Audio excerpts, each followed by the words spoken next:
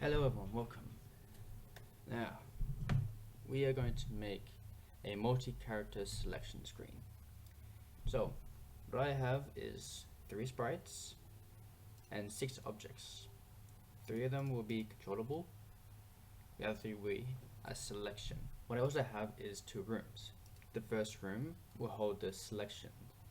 So, whoops. These 3 will be a selection. You better add more players if you want to. If you want to have 4, if you want to have 8, it's up to you. You can have as many as you want. This is more to get to the basics to understand how it all works. What I also forgot to do was to add another object. Which we'll call gameManager. This is only going to have 2. It's going to be very simple. In the create event, we're going to have 4 variables, and they're all going to be global. Global to player equals 1. I just put that wrong. No.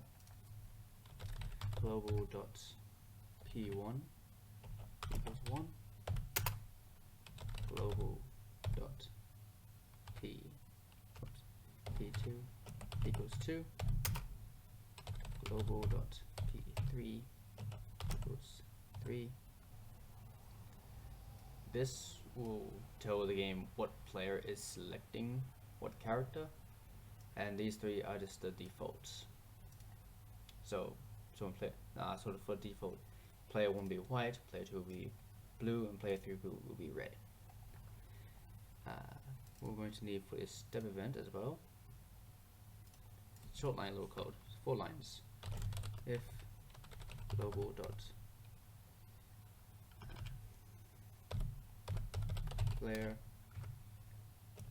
equals 4, so if it equals 1 more than the total amount of players. Room, go to room 2. Simple. Now we just drag this into here. There you go. That's all we need to do for that one. Now, for player 1 selection, we're just going to need mouse pressed. Anyways, if global dot player 1,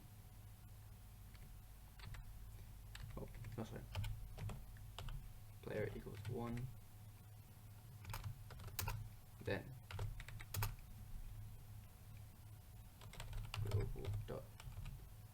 global dot p1 equals 1, and global player plus plus. I keep forgetting the L. So what this is saying is that if it's player 1 who's selecting, if they left click on the selection player 1, then there will be the white cube. If they click on the white cube, there'll be the white cube. And after they click, it will go up to the next player, player 2. So else if global dot player equals 2,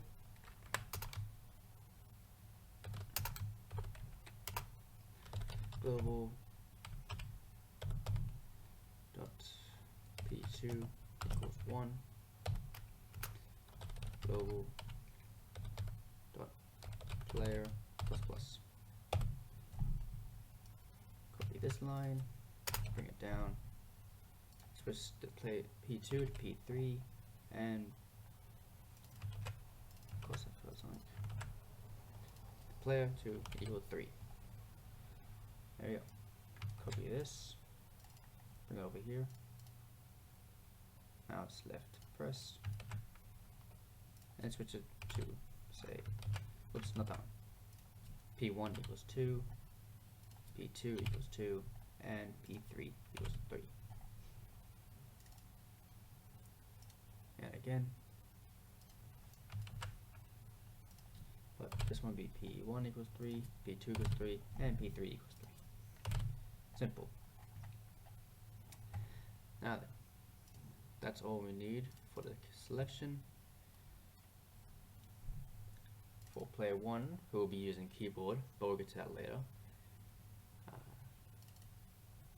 You want to go to the draw event, draw, if global P1 equals 1,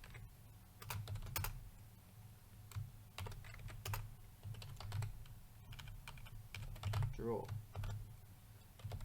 sprite, oops, we're drawing the sprites, so this will be S player 1,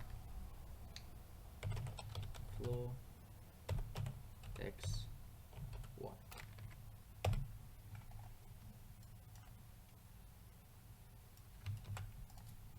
Insert this. 2, 2.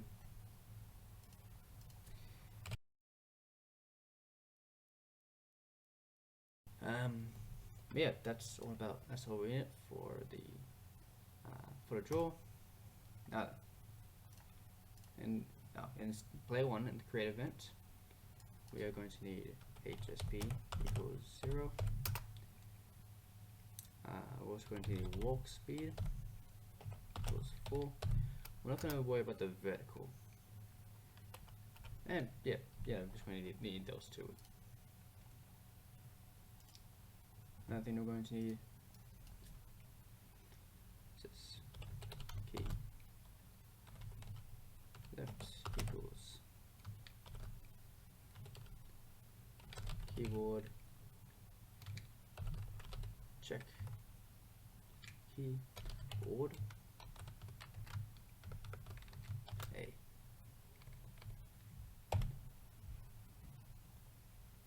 Yep. Copy this down, make this one D, and make it right without the cap.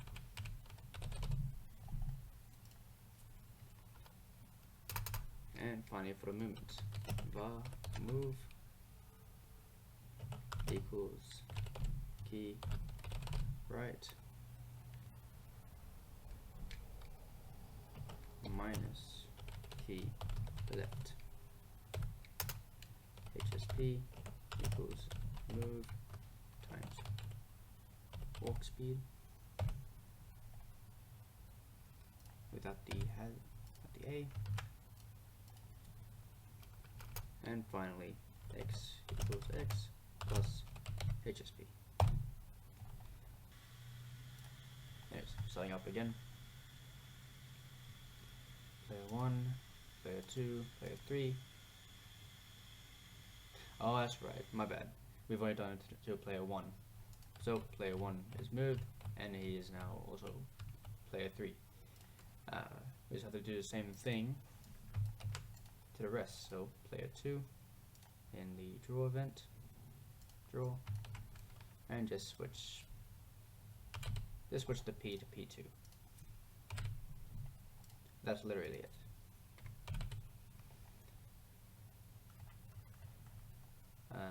But not the step event.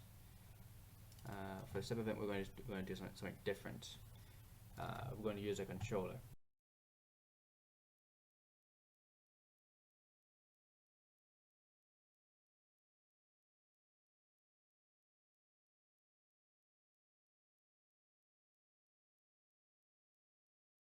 Player 1 is going to be using keyboard. Player 2 and 3 are going to use 2 different controllers. And back to player 1. So copy that, put it in the create event, and step.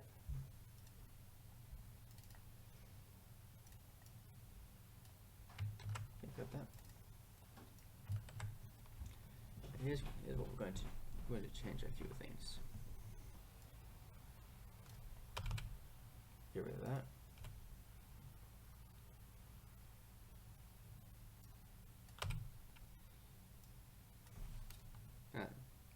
Key right equals gamepad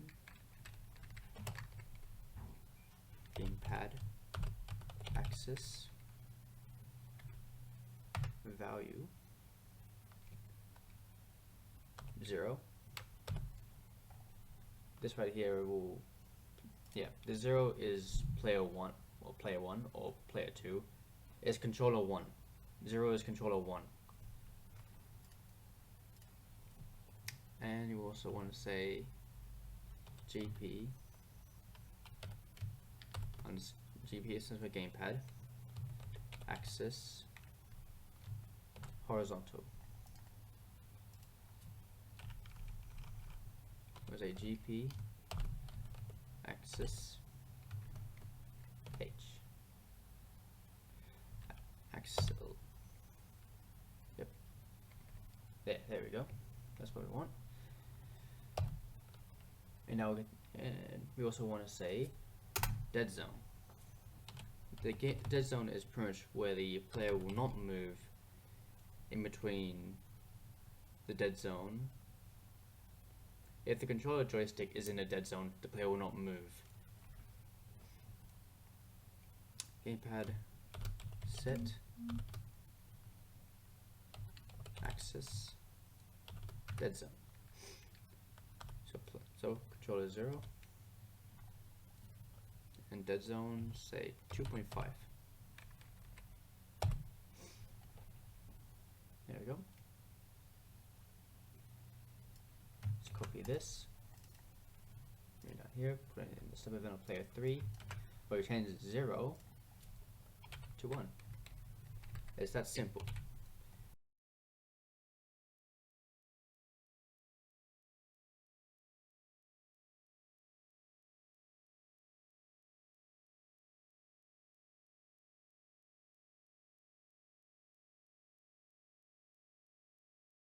Okay, this will all work. Now then, player 1 will be red, player 2 will be white, and player 3 blue. There you go. Now, player 1 has the keyboard, controller 1, player 2, and finally controller 2, player 3. There you go. So you all move individually, and there's character selection for multiplayer.